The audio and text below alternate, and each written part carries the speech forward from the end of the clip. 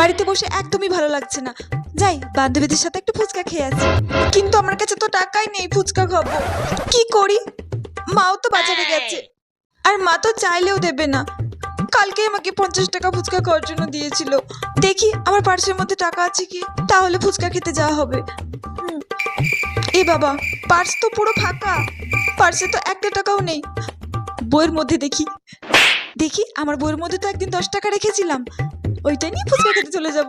হ্যাঁ, বই তো আমার আসল পার্স, তাড়াতাড়ি বেরিয়ে যা টাকাটা, তাড়াতাড়ি বেরিয়ে যা। খুঁজে তো পাচ্ছি না, এই তো। কিন্তু 10 টাকা কি করে 5 টাকা হয়ে গেল? নিশ্চয়ই মা নিয়েছে। আজ মা বাড়িতে আসুক, আমিও মার ব্যাগ থেকে টাকা চুরি করে নেব।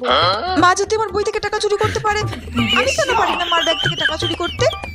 মা আমার বই থেকে 5 টাকা চুরি করেছে, আমিও শুধু আসলে মার ব্যাগ থেকে 50 টাকা চুরি করে ফুচকা খেতে যাব।